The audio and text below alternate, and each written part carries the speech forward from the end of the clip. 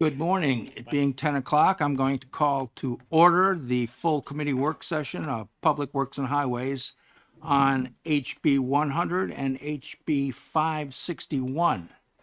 First of all, welcome y'all to our new home, I guess, for the next at least year and a half. Looks a little awkward. I hadn't seen it set up this way before. It looked a hell of a lot bigger when they sent me this chart. But a couple of just housekeeping notices. We'll hold, first of all, Representative Melvin chose to resign this committee over the summer, and he was replaced by our new Representative Charlie Foote. This is his second committee. His primary committee is transportation. So welcome Charlie Foote after this meeting, please. Thank you. Second of all, if we all know our committee, God, I don't even know what the correct title is. Karen Davis, who is our committee assistant, is going to be leaving us. We don't have a new one assigned yet, but she's going to be going to the Senate side of things. So we'll have a new one probably by our next meeting. And at the end of our meetings today and our executive sessions, I want to talk a little bit about the upcoming 10-year plan. We had a meeting with the commissioner and he walked us through it. If you haven't been able to attend any of the GASSET hearings, it's going to be quite a shock to your communities. So having said that, let's go ahead and begin the work session on 100, which is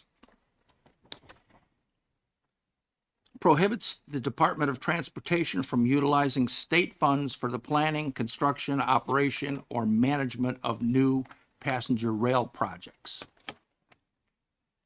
Anybody want to speak? Representative Bohm, please. Yeah, I know. I mean, I spoke on this bill, but it needs work. So also, it's not in the 10-year plan this year. So I don't see.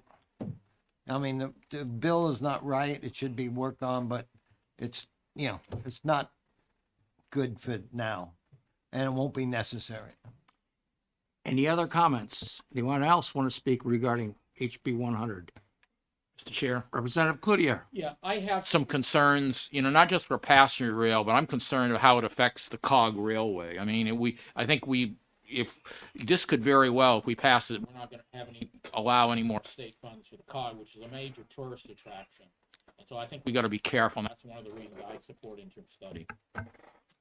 Thank you. I was going to comment on that myself, because in all the years that we keep seeing the same bill, nobody else has ever brought up the private railways and the cog railways that this would affect, that basically all our tourism railways are passenger rail.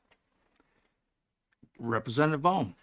Just since it was brought up on the cog railway, a lot of people that I've spoken to that said, hey, you hear the cog rail is going to go electric? And they go, what? I'll never go it again, because they want the old way. I mean, come on. Okay, thank you. Anyone else want to speak on HB 100 at this point in time? Well, that was a very short work session on that.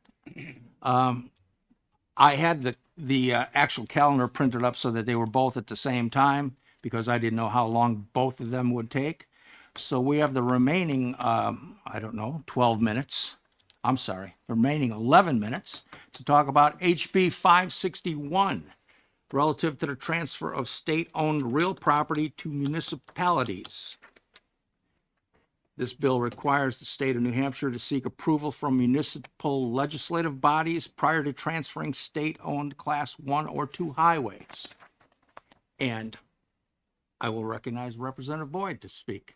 Thank you, Mr. Chairman. I would hope that my colleagues would support an interim study motion. I think you and I and Vice Chairman Bogert have had the opportunity to talk with Commissioner Cass about the 10-year plan. The sponsor of the bill, I think, brings forth an interesting concept that tangentially is impacted by what we do with the 10-year plan. And I think it needs to have further conversation with municipalities being a part of the larger conversation regarding how we're funding roads here in the state of New Hampshire. And I support interim study based on the fact that I think we can be using it as a tool with municipalities partnering with the Department of Transportation regarding roads in the state. So I would ask my colleagues to concur. Thank you. Thank you, sir. Representative Bohm. Thank you. I agree, probably interim study, because I would like to know what's the current way of that happening now. For example, 3A in Litchfield is a state road, but in Manchester it's not. So how did that happen and what could happen now? And also we have a road in Litchfield that's it's a state road, but it's maintained, we do the winter maintenance and the state does the summer maintenance. So I think, interim study so we can figure out how things are happening now. And as for the elephant in the room, Continental Boulevard, I worked on there when it first opened, so I know the whole history of it. And that road starts in Merrimack, ends in Merrimack. And just a question for interim study for Continental Boulevard is, how much tax revenue does the town of Merrimack get from all the buildings and whatnot on Continental Boulevard that wouldn't be there unless Wisconsin, the state did the road? So anyway, I think interim study is a good. Welcome, Representative Brown. Long trip from Pennsylvania? Yes. Ah, okay. Anyone else wish to speak on HB 561? Mr. Chair. Representative Cloutier. Thank you. I also support interim study. I think this is an important issue, and especially after the news is coming out about the 10-year plan. The major reductions we're probably going to have to eliminate on highway projects because we simply don't have enough revenue. And I realize that we've got to be careful, but I am concerned. I'm also on the study commission chaired by former Representative Graham, and I spoke to Representative Graham just before this started. And I hope we come out with a recommendation by next year, a recommendation which I don't know the full may or may not agree to, but I think we got to come out with a recommendation because I'm concerned. Number of years down the road, I'll probably be gone. Maybe a lot of us will be gone. If we don't do something about our highway and turnpike funds, we're probably going to force DOT to recommend turning over highways to our municipalities, which could be, a real strain if we still have, relying on property taxes. I mean, this is a scenario I hope doesn't happen, but I think we've got to consider, this bill to protect our municipalities. And I know we need to maybe work out some details with past presidents involving Supreme Court decision, but I think we need to work on this. I know personally, in considering Continental Boulevard, I've been on this committee 30 years, and we've talked about the situation with the tolls and then Continental Boulevard. And I've thought to myself, I've never been really down to that area, including Continental Boulevard. And before I really further vote on any legislation, one way or the other, I really would like to see Continental Boulevard, the whole area, and meet with maybe some of the residents and reps, because I think it's such an important issue. That's my opinion. Okay, thank you. But I urge everybody support interim study. Anyone else wish to speak on HB 561? Seeing no further comments, I'm going to close the committee work sessions on both HB 100 and HB 561. We will be in recess, according to our calendar, for 5 minutes, and we will start the executive sessions. Thank you.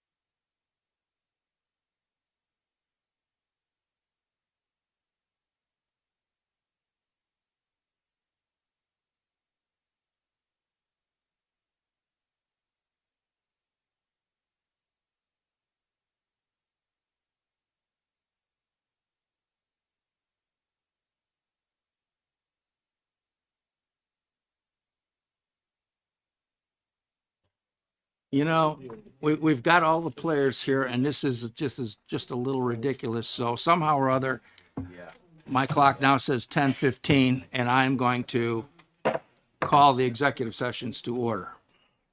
HB 100 being the first executive session. And I am going to call on Representative Marty Jack for a motion, please. Thank you, Mr. Chairman. I move interim study. Motion has been made Seconded. and seconded by Representative Boyd. Any further discussion? Is the clerk ready to call? One second, Mr. Chairman. At your leisure, sir. Thank you, Mr. Chairman. Vice Chairman Bogart, Yes. Representative Fidolfi.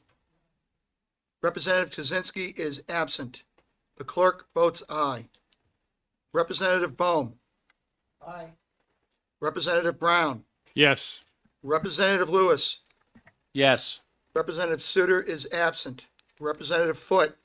Yes. Representative Cloutier. Yes. Representative Jack. Yes. Representative Edgar. Aye. Representative Faulkner. Yes. Representative Newman. Yes. Representative Hegner. Yes. Representative Juris. Yes. Representative Rockmore. Yes. Mr. Chairman. Chair votes yes.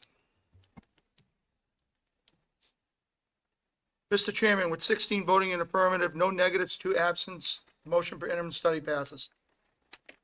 Motion passes and closed. Excuse me, Mr. Chair, is that going to be on consent as far as you know? I mean, My next question, are we going to put that on the consent calendar? Yes. No objections? Consent. Hmm? The report.